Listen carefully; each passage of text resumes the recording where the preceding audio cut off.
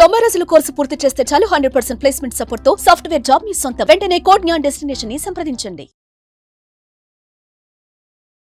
నమస్కారం అలగారి రవీంద్రనాథ్ గారు. నమస్తే అండి శ్రీ గారు. మామగారి ఆస్తిలో అల్లుడికి హక్కు ఉంటుందా సార్? రీసెంట్ గానే తెలంగాణ హైకోర్టు దీనిపై ఒక తీర్పును కూడా ఇవ్వడం జరిగింది. దానికి సంబంధించిన డీటెయిల్స్ ఏంటి సార్? మామగారి ఆస్తిపై అల్లుడికి ఆస్తి హక్కు ఉంటుందా? 1956 హిందూ వారసత్వపు చట్టం ప్రకారం అయితే మామగారి ఆస్తి ఎలా చెందింది ఆయనకి, అంటే మామగారికి ఆస్తి హక్కు ఎలా వచ్చింది అంటే ఆయన స్వాధ్యతంగా తీసుకున్నటువంటి, అంటే ఆయన స్వంత ఆస్త లేకపోతే పారంపర్యంగా లేదా ఆయన పూర్వీకుల నుంచి వస్తున్నటువంటి ఆస్తి అన్నది అయితే 2 రకాల డెఫినేషన్స్ ఇవ్వడం జరిగింది. ఇక్కడ తన స్వంత ఆస్తి అయినట్లయితే, ఆ మామగారికి ఉన్నటువంటి తన సొంత ఆస్తి అయితే ఆ ప్రాపర్టీని ముందుగా 3 రకాలుగా ఇవ్వచ్చు. ఒకటి తను రిజిస్ట్రేషన్ చేసి ఇవ్వచ్చు, లేదా దాన్ని గిఫ్ట్ డీడ్గా ఇవ్వచ్చు.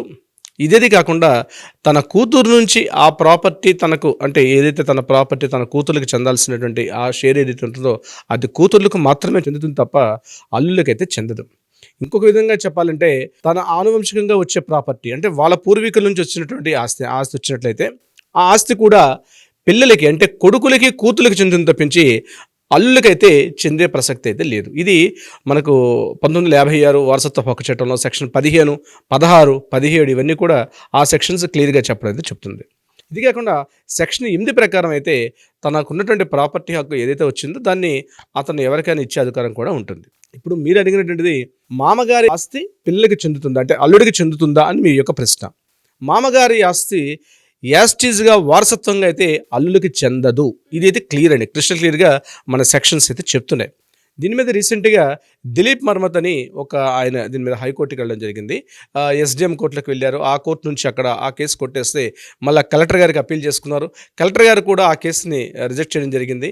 ఇక్కడ ఆయన మరలా హైకోర్టుకి వెళ్ళడం జరిగింది. హైకోర్టు దీని మీద ఏదైతే సెక్షన్స్ చెప్తున్నాయో, హిందూ వారసత్వపు ఆస్తి హక్కు చట్టం 1956 ఏం చెప్తుందో దాని తగ్గట్టుగానే ఆ ప్రాపర్టీలో మామగారికి, అంటే కూతురికి యొక్క చెందినటువంటి ప్రాపర్టీ కాబట్టి అందులో ఉండే హక్కు ఉంటుంది, నివసించే హక్కు ఉంటుంది తప్పించి దానిని తన హక్కుగా ఉండే హక్కు ఉండదు. అంటే నివసించడం వేరు, దాని మీద పూర్తి యాజమాన్యపు హక్కులు ఉండడం వేరు.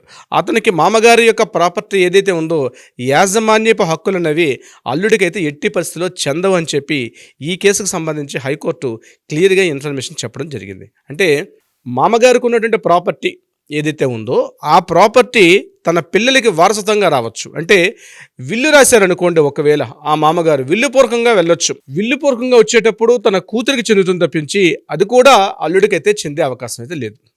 ఇక ఆ ప్రాపర్టీ మీద ఆ మామగారికి ఉన్నటువంటి కొడుకులకి కూతుర్లకి సమానపు హక్కులు ఉంటాయి తప్పించి అల్లులకి హక్కు ఉండదు. కూతురికి ఆ హక్కు ప్రాపర్టీ అనేది కూతురికి ట్రాన్స్ఫర్ అవుతుంది. కూతురు మరణించిన పక్షంలో, కూతురు చనిపోయిన తర్వాత మాత్రమే ఆ ప్రాపర్టీ తనకి చెందుతుంది. కానీ పిల్లలుంటే మరలా ఆ ప్రాపర్టీ కూడా పిల్లలకే ముందుగా చెందే అవకాశం ఉంటుంది.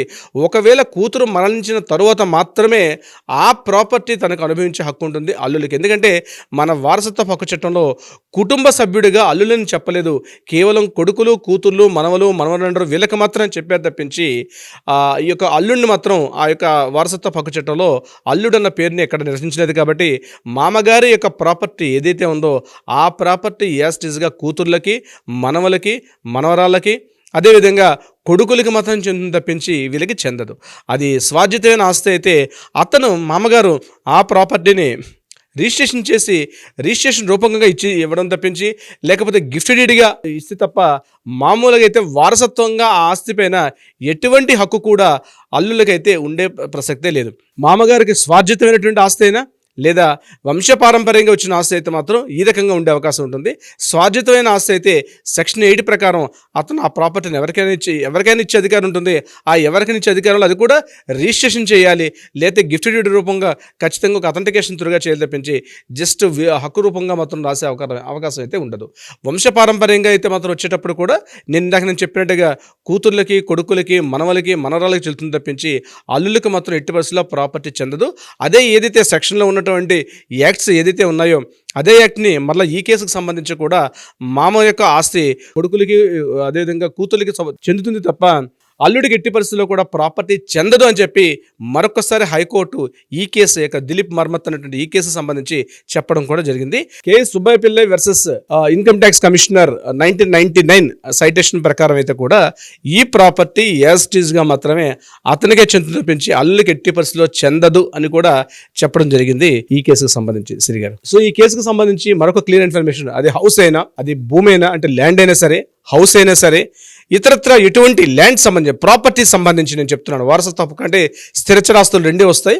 అందులో స్థిరచరాస్తులు రెండింటిని కూడా కలుపుతూ ప్రత్యేకించి అది హౌస్ అయినా, ల్యాండ్ అయినా, లేకపోతే ప్లాట్స్ అయినా, ఎటువంటిదైనా ఎకరస్లో ఉన్నా, లేకపోతే ఓపెన్ ప్లాట్ ఉన్నా, హౌస్ ఉన్నా, ఎటువంటి type of A category segment అయినా ఆ మామగారి యొక్క ఆస్తి మాత్రం యాస్టిస్గా తన కూతురికి చెందుతుంది. అది కూడా భాగస్వామ్య పంపకాల ప్రకారం కూతురికి చెందుతుంది.